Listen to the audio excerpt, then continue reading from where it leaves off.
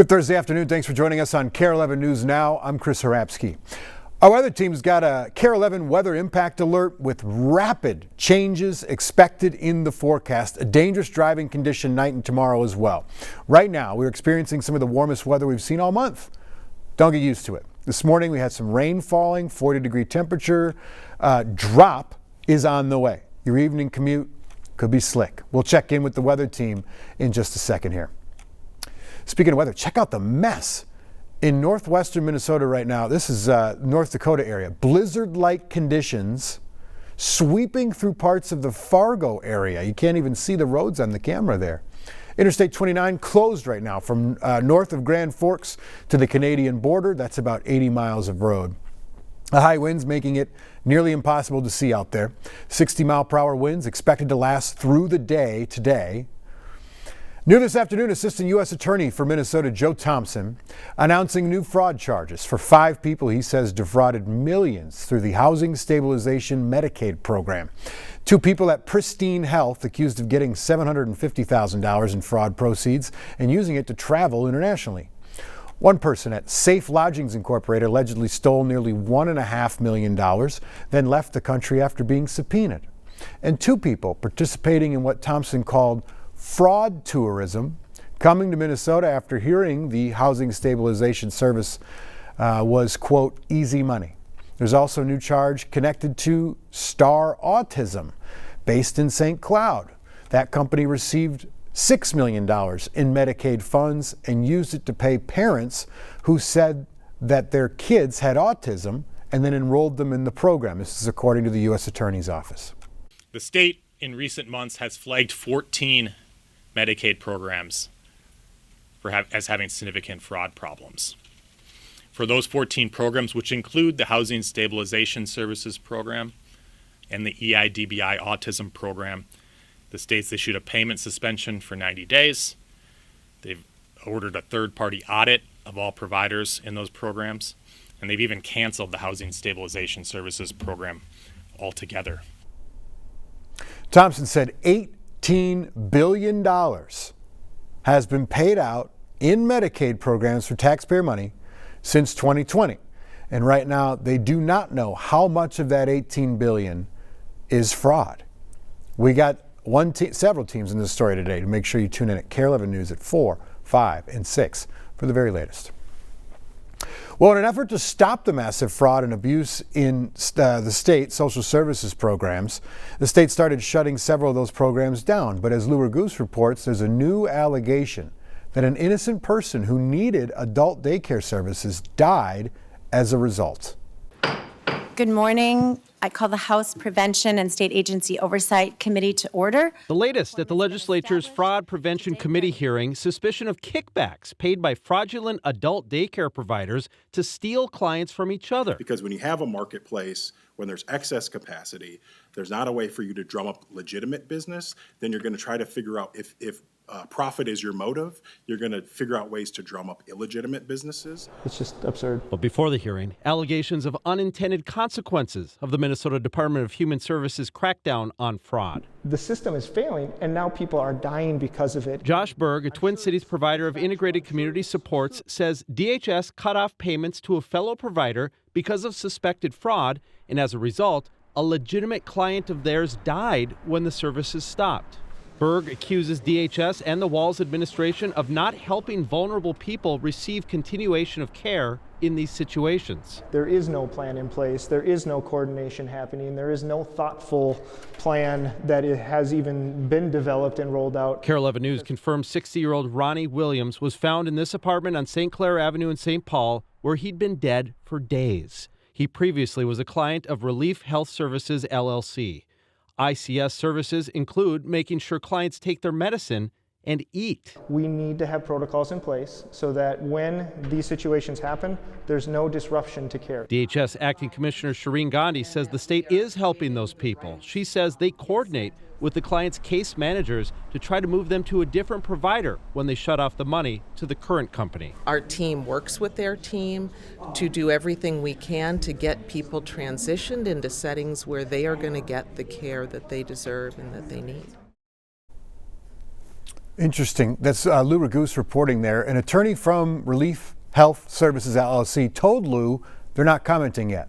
Our data shows that company had explosive growth over the last 3 years, going from $11,000 in Medicaid billing to $2.3 million last year. But they have not been charged with fraud-related allegations.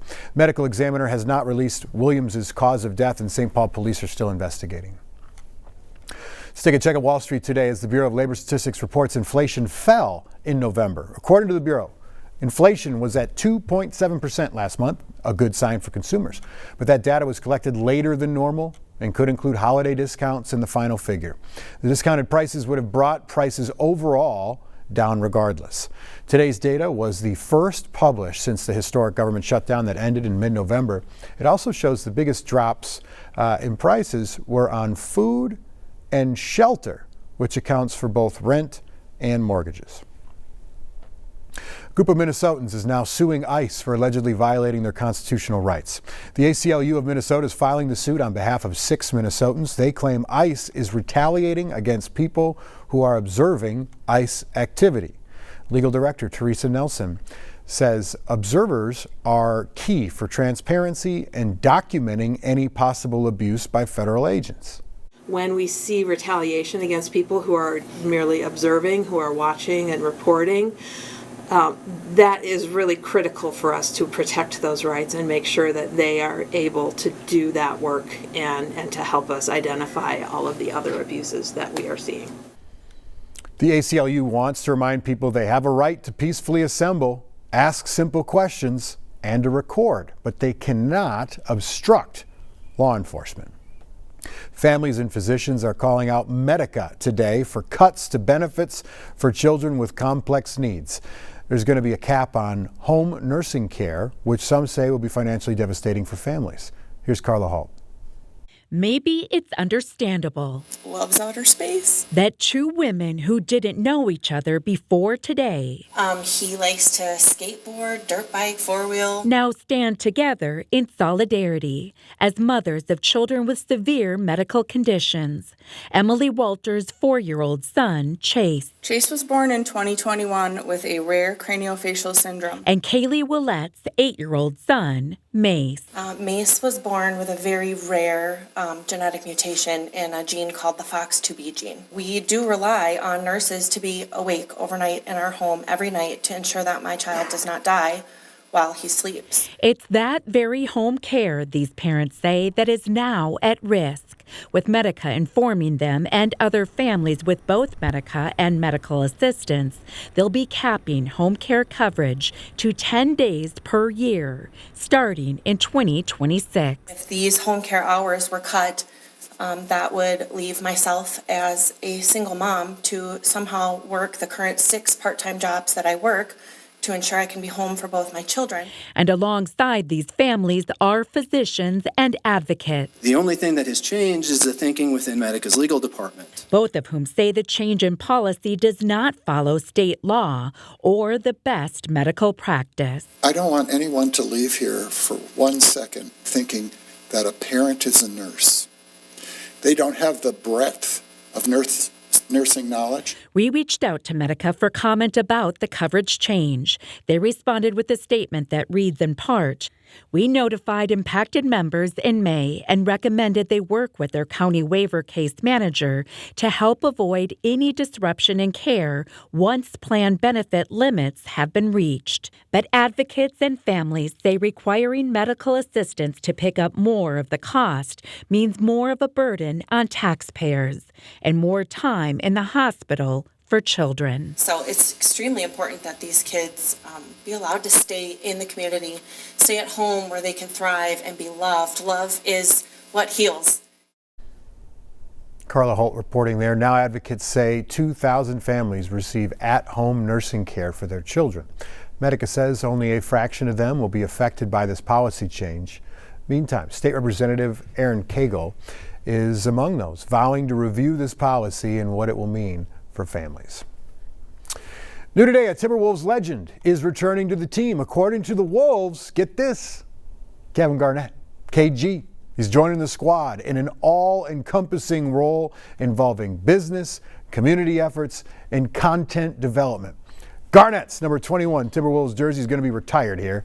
Garnett is one of the best-known Timberwolves of all time, but has been estranged from the franchise after a widely reported rift with former owner Glenn Taylor. Garnett's exact duties will be defined soon. Little reminder for you, it is the last day of the Care 11 Toys for Tots Drive, and we need your help. Make sure that kids in need across the metro have a Merry Christmas. So far, we've met high school sports teams, businesses in the community, scouting troops, American Legions, you name it. They've brought in boxes of toys to the studios and shared their reasons for collecting. We cannot be more grateful. We have a 230,000 toy goal, and as of Monday, we had 94,000 toys. So still a ways to go to the goal, and that's why we need your help, especially in toys for older kids. The Marines need toys for kids in the 11 to 15 age group, so much so that they had to send some troops on a special buying mission last night after their warehouses ran out of toys for that age group. Again, if you'd like to help, it's your last day here at Care 11. You can drop off new, unwrapped toys at our studio here at Golden Valley, 8811 Olson Memorial Highway. You know, just got to give it a Google. Crews are going to be out from 8 to 8. That's when we roll every day. This is your last chance. You can also give online if you don't want to go out in this bad weather. You can just go to care11.com/toys4tots for info on how to do that. Good night to stay home, though. You might want to try the online option. Stick with us. We got more news. We got more weather coming up after the break.